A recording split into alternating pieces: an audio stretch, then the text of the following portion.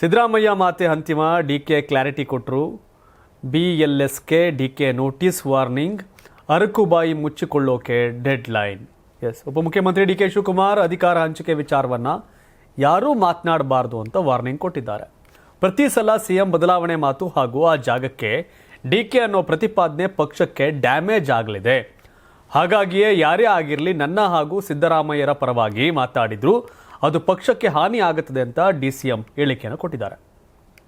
ಗಾಂಧಿ ಜಯಂತಿ ಕಾರ್ಯಕ್ರಮದ ಬಳಿಕ ಕೆಪಿಸಿಸಿ ಕಚೇರಿಯಲ್ಲಿ ಮಾಧ್ಯಮಗಳಿಗೆ ಮಾತನಾಡಿದ ಶಿವಕುಮಾರ್, ಅಧಿಕಾರ ಹಂಚಿಕೆ ಕುರಿತ ಚರ್ಚೆ ನಡೆಯುವುದಿಲ್ಲ ಮತ್ತು ಯಾರಿಗೂ ಈ ಕುರಿತು ಮಾತನಾಡುವ ಹಕ್ಕಿಲ್ಲ ಅಂತ ಹೇಳಿದ್ದಾರೆ.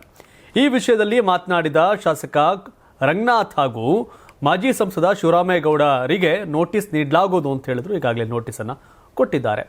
ಪಕ್ಷದಲ್ಲಿ ಶಿಸ್ತಿಲ್ಲದಿದ್ದರೆ ಪಕ್ಷ ಉಳಿಯೋದಿಲ್ಲ ಎಂಬ ಸಂದೇಶವನ್ನ ಡಿಕೆ ಶಿವಕುಮಾರ್ ಸಾರಿದ್ದಾರೆ.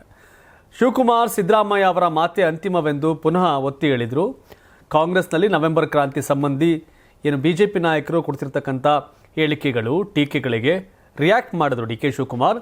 ಬಿಜೆಪಿ ಪಕ್ಷದವರು ಅವರ ಪಕ್ಷದಲ್ಲಿನ ಕ್ರಾಂತಿ ಬಗ್ಗೆ ಚರ್ಚೆ ಮಾಡಿಕೊಳ್ಳಲಿ, ಅವರ ಆಂತರಿಕ ಸಮಸ್ಯೆ ಚರ್ಚೆ ಮಾಡಿ ಅವರ ಮನೆಯನ್ನ ಸರಿ ಮಾಡಿಕೊಳ್ಳಲಿ, ಅವರಿಗೆ ಅಗತ್ಯ ಸೂಜಿ ದಾರವನ್ನು ನಾನು ಕಳಿಸಿಕೊಡುತ್ತೇನೆ, ಅವರು ತಮ್ಮ ಪಕ್ಷದ ಹರಕುಗಳನ್ನು ಒಲೆದುಕೊಳ್ಳಲಿ ಅಂತ ಬಿಜೆಪಿ ನಾಯಕರನ್ನ ಡಿಕೆ ಶಿವಕುಮಾರ್ ಟೀಕಿಸಿದ್ದಾರೆ. 84ರಿಂದ 50 kg ಬಂದೆ, ಆಮೇಲೂ ಸಣ್ಣಗೆ ಫಿಟ್ ಆಗಿದ್ದೀನಿ.